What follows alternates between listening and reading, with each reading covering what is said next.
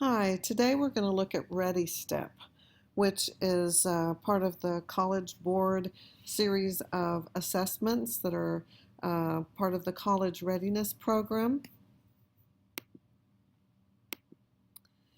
One of the reasons to take Redistep is that it is a scaffolded approach to preparation for having the skills that you need to have to be successful in higher education. Um, Redistep is the early first step, followed by PSAT, and then ultimately the SAT. If you look at the ways that Redistep can be helpful to you, it can give early indicators of your college readiness, gives you tools to help you improve your skills, planning for your transition to high school, resources to help you identify career interests, and information to help your teachers and counselors know how to adjust your courses. So, what's on the Redistep test? First of all, there are no essays or open-ended questions, so that's good news. There are three multiple choice sections, one over reading skills, one over writing, and one over math. Um, the reading is 40 minutes with 45 questions. The writing is 40 minutes with 50 questions. The math test consists of two 20-minute tests with 18 questions each.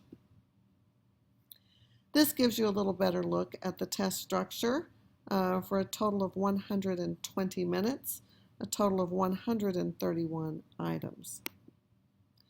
Critical reading is an important part of the test, and this is a continued thread that goes all the way through higher education, that passage-based reading, knowing how to interact with the text, how to perhaps annotate, to mark it up, to find main ideas, supporting details, make inferences, draw conclusions, determine, differentiate between fact and opinion, things like this, as well as sentence completion.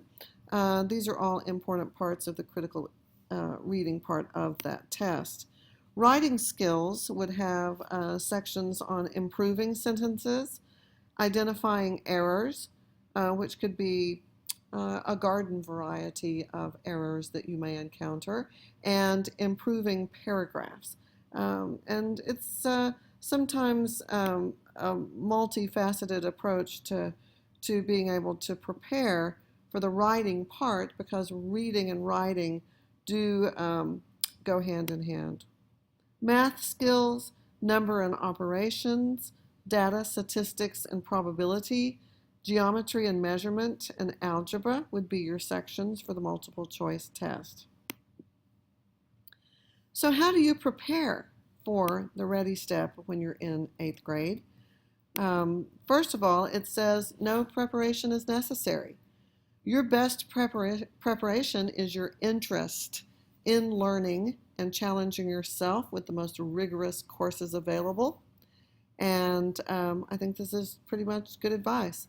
Most of these tests, PSAT and SAT included, it's better to not try to do a crash review right before the test, but rather to build the skills that give you a strong foundation throughout the year, with each year building upon the next. So what happens on test day? You will go to your testing room. There will be pencils, erasers. You'll store your phone, your backpack, all of your electronic devices somewhere else, and it will happen during the first part of the day. Testing room procedures, they'll go back over these again with you on test day, so we don't need to look at them too closely right now. Just know that you will only be allowed to use a calculator during the mathematics section 3A, and that you cannot work on anything or read anything if you finish a section early, that you'll just have to sit quietly. So it's always a good idea at that point to go back and proofread if you have any time left over at all. You'd be surprised how many times you can find mistakes. If you leave the room, the time does not stop. You will not get extra time, so please try to limit your restroom breaks to the appropriate times that don't take away from the testing. There are other testing room procedures that you will have, that you will be receiving on the day. Helpful hints, read all the directions, read all answer choices carefully, use scratch work, do this in the test booklet, work at a steady pace, bubble your answers as you go. Don't wait until the end. Answer all the questions, that's important, don't leave anything blank. And I might add right here on this part, you might want to use devices like PO, process of elimination. Pretend it's Who Wants to Be a Millionaire, and you've got the 50-50 choice there. Statistically, that's going to put you in a lot better position than if you just blindly guess. So what happens after your Readistep test? Well, you're going to get a student report, and those are usually sent to the school in December. And this is really important to look at the performance there because, it can be a diagnostic tool to help assess where students have weaknesses that might need to be addressed, any gaps or holes in their instruction that need to receive attention. There are additional resources available that take you towards college readiness. My Road, Skills Insight, and other things on the College Board website will help guide you to being able to use the results in a productive way. So, things to remember on test day: be on time, bring pencil and eraser, bubble as you go, and do your best. Thanks, and good luck.